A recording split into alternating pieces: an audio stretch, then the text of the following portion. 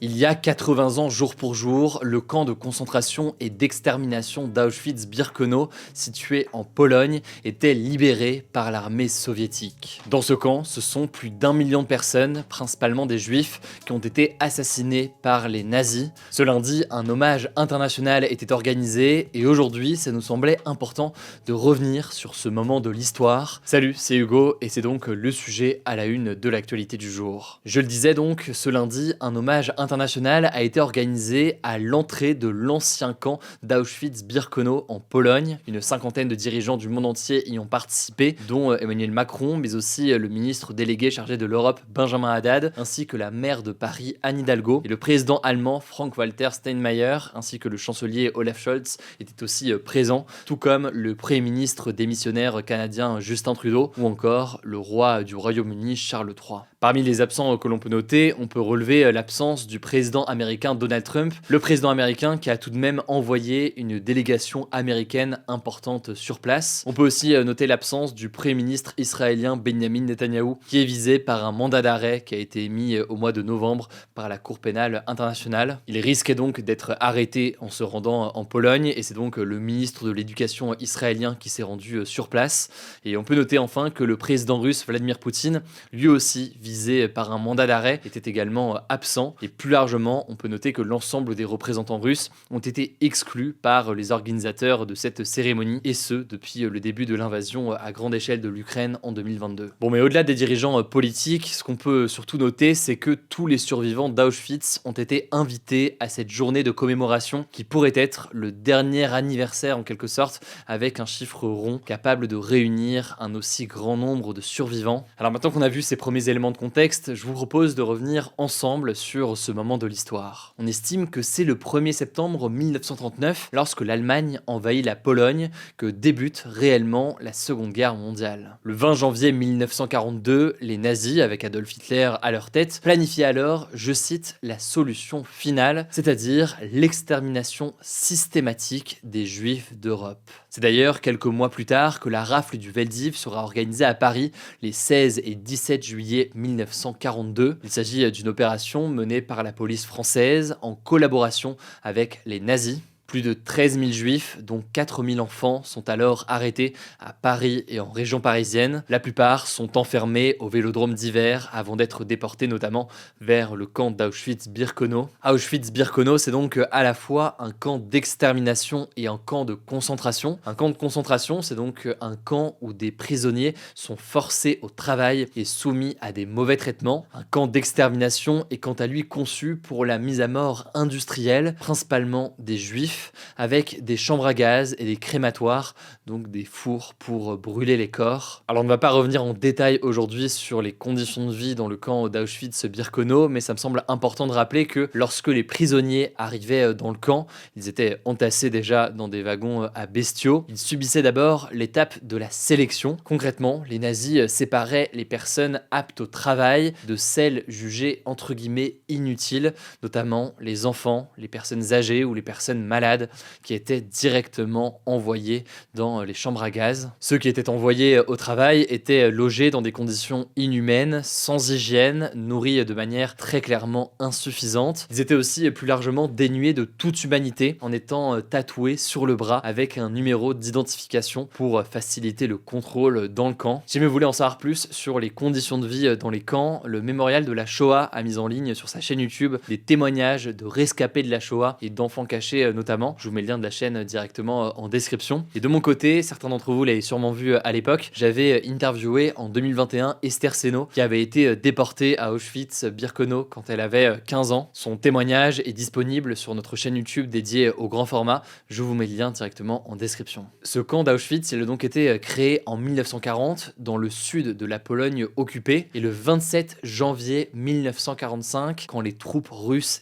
arrivent à libérer ce camp, il est alors quasiment vide. Il n'y reste qu'environ 7000 survivants. En fait, il faut comprendre que face à l'arrivée des troupes soviétiques, les nazis ont forcé 10 jours plus tôt environ 60 000 prisonniers à évacuer vers l'ouest dans ce qui va être appelé ensuite la marche de la mort. Par ailleurs, entre les 21 et les 26 janvier, les Allemands ont fait sauter les chambres à gaz et les fours crématoires afin de tenter de dissimuler les preuves de leurs crimes. Alors, 6 millions de juifs européens ont été exterminés pendant la Seconde Guerre mondiale et c'est près d'1 million qui ont été tués dans le camp d'Auschwitz-Birkenau entre 1940 et 1945. À noter aussi que 10 000 non-juifs, à savoir des Roms, des résistants, des homosexuels, des personnes handicapées ou des prisonniers politiques, ont eux aussi été tués dans ce camp. Concernant la France, le bilan s'élève à 76 000 juifs déportés, dont environ 11 400 enfants, avec 69 000 déportés à Auschwitz.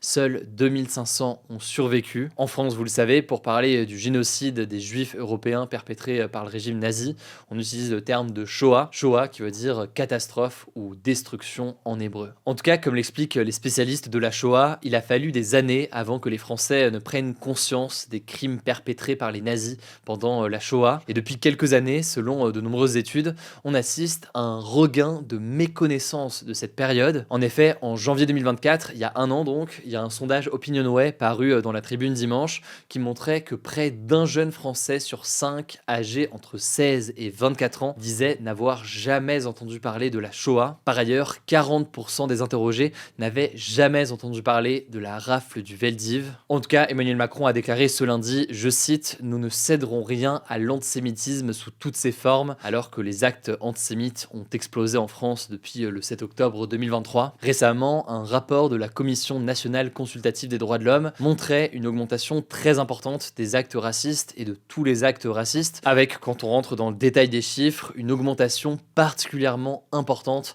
des actes antisémites de près de 300%. En tout cas, je me voulais en savoir plus sur cette période de l'histoire. Je vous le disais, on a fait un grand format sur le sujet et je vous mets le lien directement en description. Mais je tenais aussi à vous recommander un podcast qui est réalisé par Léa, qui est journaliste au sein de l'équipe, que vous avez eu l'occasion d'entendre régulièrement sur ce format. Elle a lancé un podcast audio il y a quelques mois qui s'appelle Génération d'après. Il donne la parole à celles et ceux dont les grands-parents ont vécu la Seconde Guerre mondiale, qu'ils aient été résistants, déportés ou qu'ils aient collaboré. Bref, c'est vraiment un podcast essentiel sur le sujet, je pense qu'il vous intéressera. Je vous mets le lien en description, ou autrement vous tapez Génération d'après au pluriel et vous le trouverez sur toutes les applications de podcast. Je vous laisse avec Morgane pour les actualités en bref et je reviens juste après. Merci Hugo et bonjour à tous. On commence avec cette actu. Alors que la France fait face à la tempête Herminia depuis ce week-end, le département de l'Ille-et-Vilaine, en Bretagne, a été placé en vigilance rouge inondation ce lundi et ce mardi. 14 départements sont en vigilance orange ce mardi, dont la Gironde et les Landes. Alors le département de l'Ille-et-Vilaine, il inclut notamment la ville de Rennes, qui a subi ce week-end ses pires inondations depuis plus de 40 ans. 50 mm d'eau sont tombés en quelques heures, soit plus de la moitié de la pluie habituelle sur le mois entier, ce qui a mené à environ 400 évacuations. La décrue pourrait ne pas commencer avant mercredi, selon la maire de Rennes, Nathalie Appéré. Deuxième actu, ce lundi a eu lieu la rentrée des élèves à Mayotte,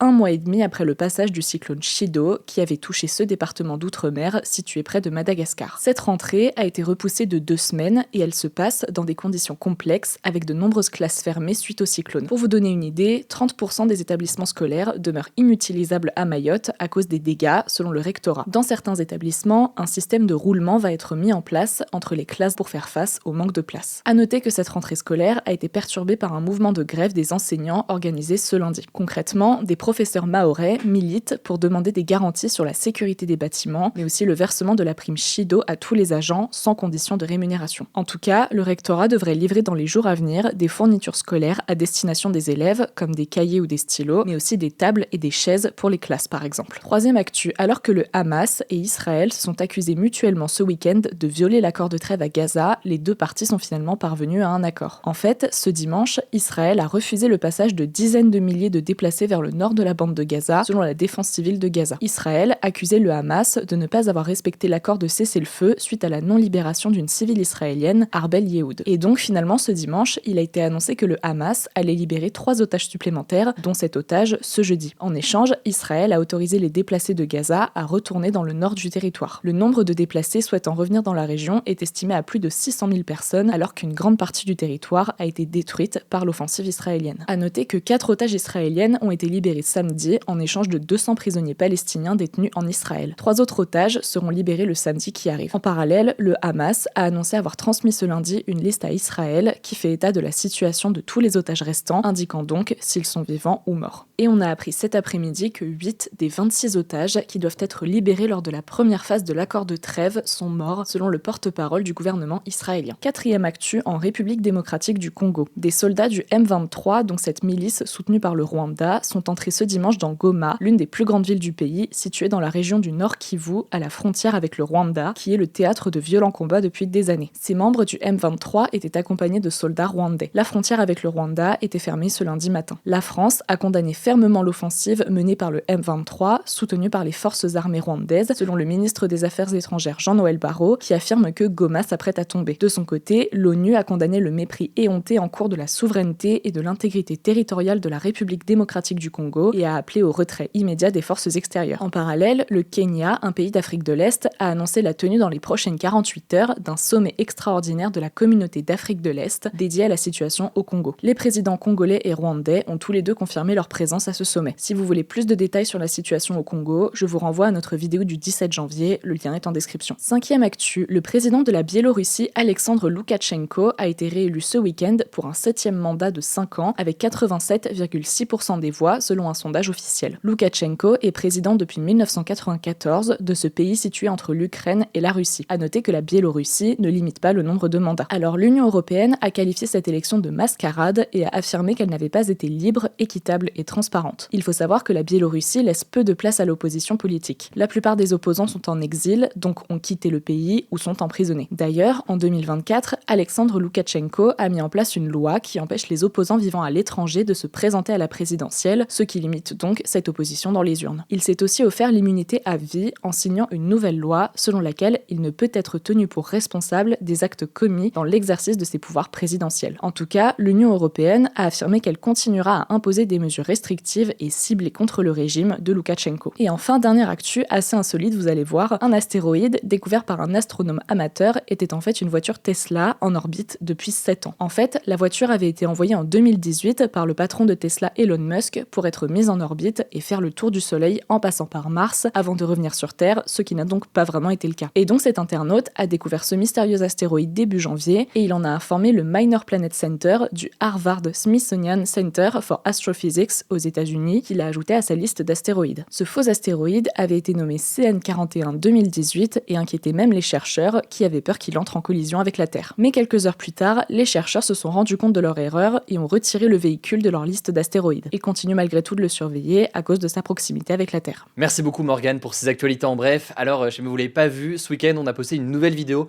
sur notre chaîne YouTube dédiée au grand format. C'est une interview de Maxime Muscat sur la question du rapport de la société à l'alcool. Je vous mets le lien de notre chaîne dédiée au grand format directement en description, sachant que je le rappelle, ces interviews sont aussi disponibles en version podcast. Vous tapez interview Hugo Décrypte et vous pourrez les retrouver. Pour le podcast Génération d'après aussi de Léa, je vous mets le lien directement en description. Prenez soin de vous, prenez soin de nos proches et puis on se dit à demain pour une nouvelle vidéo.